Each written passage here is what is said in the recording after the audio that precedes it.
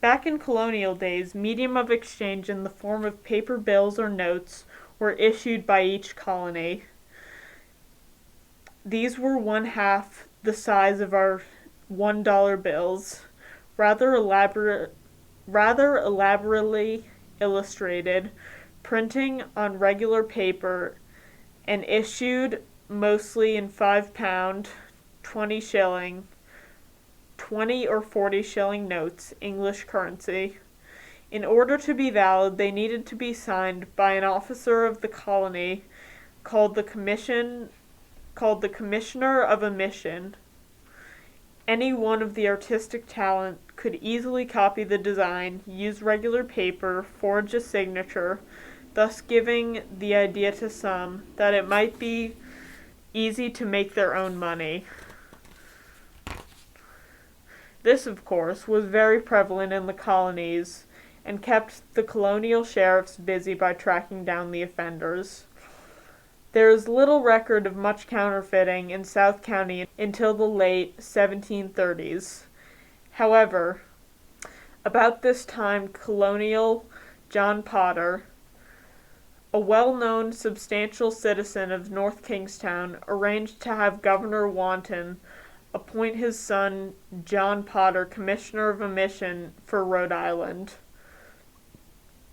This John Potter, after the death of his first wife, married a daughter of one of the well-to-do Narragansett planters, Elizabeth Hazard, a move we shall see turned out well for John some years later. About 1740 he came to South Kingstown and built an imposing mansion near what is now Potter Pond. This house is still standing, was recently restored, and is now owned and occupied. Potter had in the house some beautiful paneling.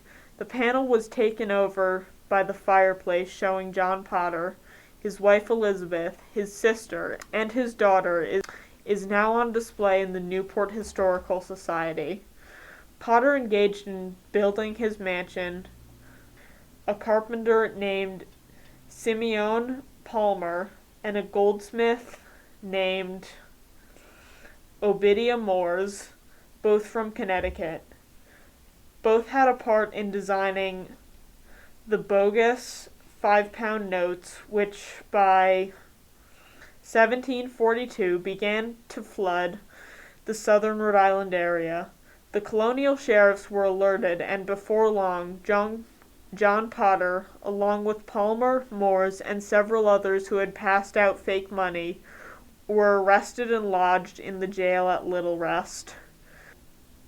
At the next session of the court, held at Tower Hill, Palmer, Moores, and Potter were convicted and sentenced to stand in the pillory, have their ears cropped, and pay substantial fines. The sentences of Palmer and Moores were carried out, but John Potter escaped by paying a fine £10,000, giving a bond of £20,000 that would be reimbursed who had been the victims of the counterfeit money, and paying the colonial treasury 250 ounces of gold dust. So we see having a wealthy wife saved the day for John Potter and his ears. He later became a respected citizen and was elected to represent South Kingstown in the Colonial Assembly in 1756. After this Potter episode, there seemed to have been a lull in the business of making your own money for quite a number of years. About 1734, a man named Samuel Casey moved his family from Newport and settled in North Kingstown. There were two boys in the Casey family. Gideon, and the older was Samuel Jr., talented, and both, as they grew up, apprenticed to a Newport silversmith. In 1750, Samuel Casey Jr., having finished his apprenticeship, purchased a plot of about 4 acres of land, what is now near Curtis Corner. There is now a house. There was a house and barn on the property there about 1750. Samuel set up in the business of silversmithing. For some years, he had his brother Gideon as a partner, but he was never a craftsman like his brother Samuel and later moved to Warwick. Samuel's silver spoons, tankards, and teapots were renowned throughout all of South County, then throughout the colony and many outside districts. Here for several years, Samuel Casey did a prosperous business, especially among the best clientele, the families of the wealthy Narragansett planters. In about 1764, however, disaster overtook silversmith Casey when his house and shop at Curtis Corner burned to the ground. The newspaper of today, the Providence Gazette, noted that the very valuable dwellings of Samuel Casey in South Kingstown unhappily took fire and were immediately consumed with a great quantity of rich furniture. The whole loss amounted nearly £5,000 lawful money. The unfortunate Casey set up another shop in the attic of the Judge Helm house, a large gambrel roofed building, photo on page 13, which stood on Middlebridge Road, just east of the Mower Service Co. building. It stood until wrecked in the 1970s, owned and occupied by Miss Robbie Gilbert, a direct descendant of Judge Helm. Perhaps it was the effort to retrieve his loss quickly that he became involved in the business of making money. Casey was